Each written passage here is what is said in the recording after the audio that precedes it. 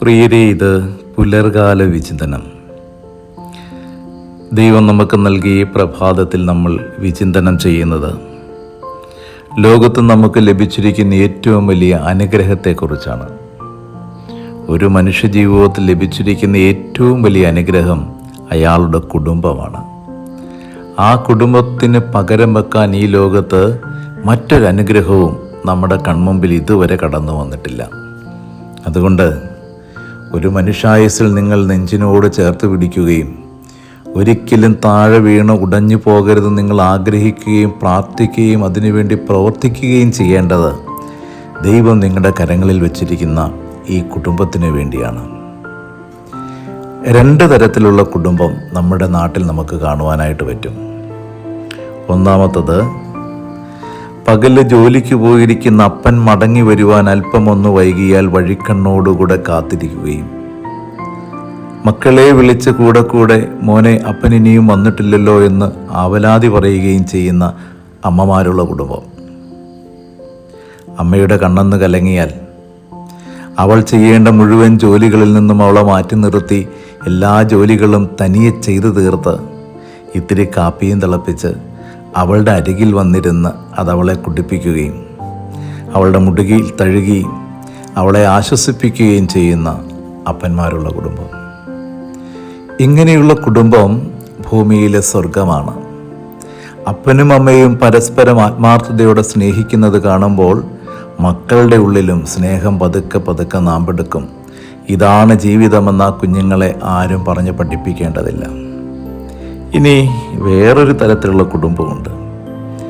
അപ്പൻ്റെ തെറിപ്പാട്ട് പറമ്പിൻ്റെ അങ്ങാത്തൊടിയിൽ കേൾക്കുമ്പോൾ ഭയപ്പാടോടുകൂടെ ഓടി കട്ടിലിനും കതകിനും പിന്നിലൊക്കെ മറഞ്ഞു നിൽക്കുന്ന കുഞ്ഞുങ്ങളുള്ള കുടുംബം. അപ്പൻ്റെ തലവെട്ടം വാതിൽപ്പടിക്കൽ കണ്ടാൽ ഇയാൾ ഇനിയും ചത്തില്ലേ എന്നും ചോദിച്ച് പ്രാഗി നിലത്തിരിക്കുന്ന അമ്മമാരുള്ള കുടുംബം. കണ്ണിൽ കാണുന്നതും കയ്യിൽ കിട്ടുന്നതും വെച്ച് മക്കളെയും ഭാര്യയെയും തല്ലിച്ചതച്ച് വീണ്ടും കുടിക്കുവാൻ വേണ്ടി തെരുവിലേക്ക് ഇറങ്ങിപ്പോകുന്ന അപ്പന്മാരുള്ള കുടുംബം. ഇതും കുടുംബമാണ്.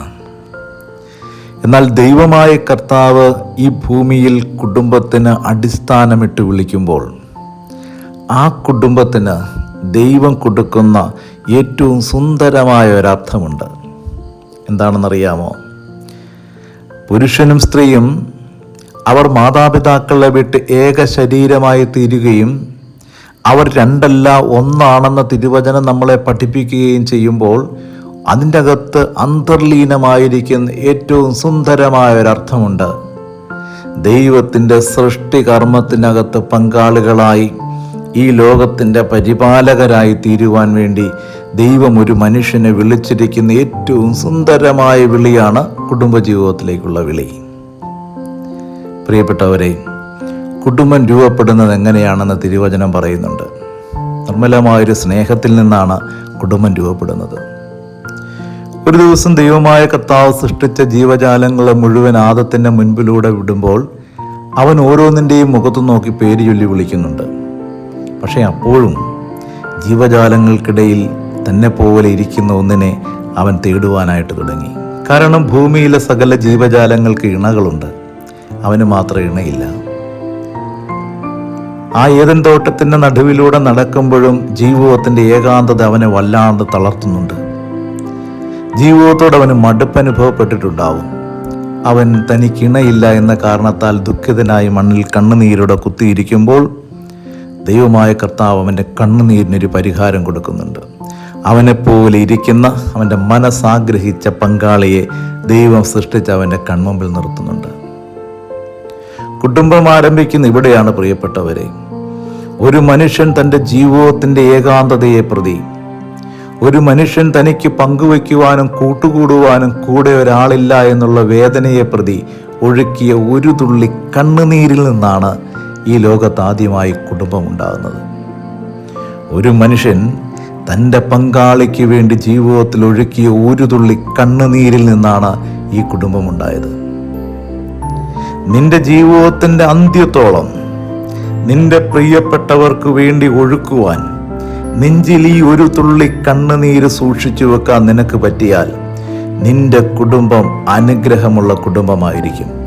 ആ കുടുംബത്തിൻ്റെ മേൽ ദൈവമായ കർത്താവ് എപ്പോഴും കണ്ണ് വെച്ചുകൊണ്ടേയിരിക്കും. ദൈവം ആ കുടുംബത്തിന് ആകുലത വരുത്തില്ല, കണ്ണുനീര് വരുത്തില്ല, വേദനകൾ വരുത്തില്ല. തിരുവചനം ഇപ്രകാരം പറയുന്നുണ്ട്, നിനക്ക് നിന്റെ പൂർവികർക്ക് ലഭിച്ചിരിക്കുന്ന മണ്ണിൽ നീ ദീർഘായുസ്സോടുകൂടെ ജീവിക്കുവാൻ നീ നിന്റെ മാതാപിതാക്കന്മാരെ ബഹുമാനിക്കണം. അപ്പൊ ഈ ലോക ജീവിതത്തിൽ ഒരു മനുഷ്യന്റെ ആയുസ്സുമായി ബന്ധിപ്പിച്ച് ദൈവമായ കർത്താവ് നൽകിയിരിക്കുന്ന ഏറ്റവും വലിയ കൽപ്പന മാതാപിതാക്കളെ ബഹുമാനിക്കുക എന്നുള്ളതാണ്. കുടുംബജീവിതത്തിന്റെ പ്രാധാന്യം അത്രത്തോളം വലുതാണ്.